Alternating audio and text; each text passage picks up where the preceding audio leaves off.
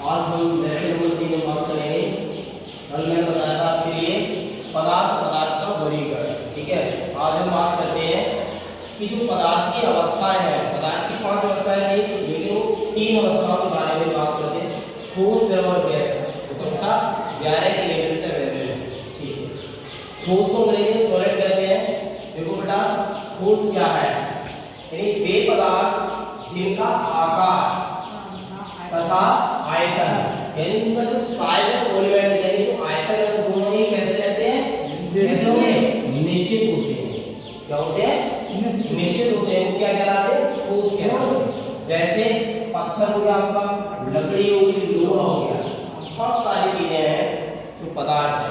लेकिन समझिए जरा पत्थर से, पत्थर को आप उठाइए, पत्थर एक कण होगा, पार्टिकल होगा, आप उसको जैसे रखेंगे वो वैसे आकार और आयतन उसका सेम कंडीशन में दिखाई देगा आपको। ठीक है, तो पता चल गया आपके लिए ठोस क्या है।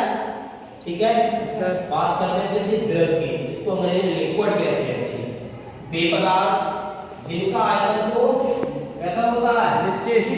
निश्चित होता है, किंतु आकार निश्चित नहीं होता है। क्या कहलाते हैं? द्रव, यानी इसकी द्रव अवस्था कहते हैं। ठीक है, जैसे दूध हो गया, आपका पानी हो गया, तेल हो गया। दूध, पानी, तेल। पानी देखा होगा, अगर हम पानी के लिए किसी भी पात्र में डालें तो अगर बड़ा पात्र होगा तो वैसे आकृति ग्रहण कर लेगा। तो इसका मतलब क्या है कि उसका जो आकार है वो निश्चित नहीं हो सकता है ना, क्योंकि आप किसी भी छोटे या बड़े पात्र डालो वो वैसे आकृति को ग्रहण करेगा, लेकिन उसका जो आयतन होगा वो निश्चित हो सकता है। ठीक है, इसे क्या? द्रव हो गया। बात करते हैं गैस की। गैस क्या है? इसको अंग्रेजी में गैस कहते हैं। वे पदार्थ जिनका आकार तथा आयतन दोनों ही कैसे होते हैं? अनिश्चित।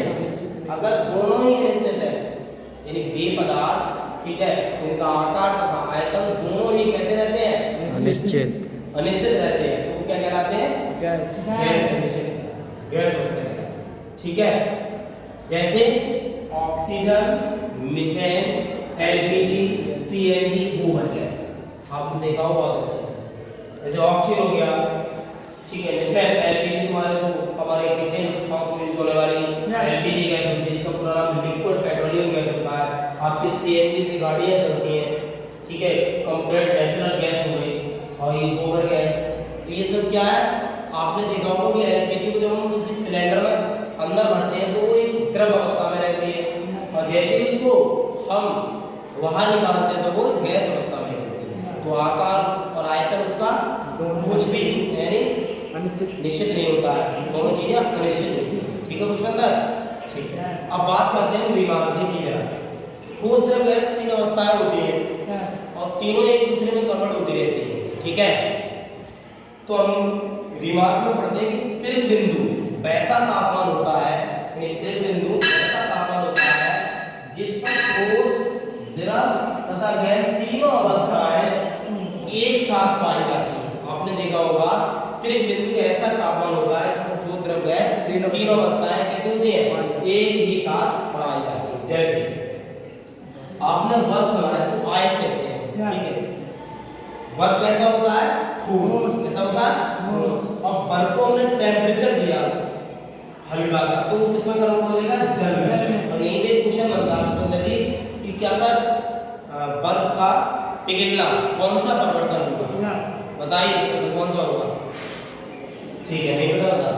देखिए, बर्फ का पिघलना भौतिक परिवर्तन होता है, ना कि रासायनिक। अधिकतर बच्चे यही कहते हैं सर बर्फ का पिघलना तो रासायनिक नहीं, बर्फ के अंदर टेम्परेचर होता है, बर्फ ठंडा नहीं होता, बर्फ हमेशा गर्म होता है। समझ रहे? हीटिंग को जब धीमे धीमे इंक्रीज करता है तो क्या करता है? पिघलने लगता है और जल में कन्वर्ट हो जाता है। तो बर्फ से क्या कन्वर्ट हुआ? जल। जल की अवस्था कैसी? द्रव। अब अगर जल को हम ठंडा करें फ्रीज के द्वारा तो वो किसमें कन्वर्ट हो जाता है? बर्फ में। यानी जल को ठंडा करना रासायनिक कह सकते हैं, बर्फ का पिघलना रासायनिक नहीं कह सकते। ठीक है, अब बात करते हैं जल। जल को हल्का टेम्परेचर दिया, किसमें कन्वर्ट होता है? वाष्प। किसमें कन्वर्ट होता है? वाष्प। और वाष्प आपकी गैस क्या होती है? गैस। अगर आप गैस के लिए क्या करेंगे? ठंडा करेंगे तो किसमें कन्वर्ट होगी? जल में। ठीक है, तो समझ आ गया। ठीक है, कल मैं बात करता हूँ तब, ठीक है, धातु अधातु और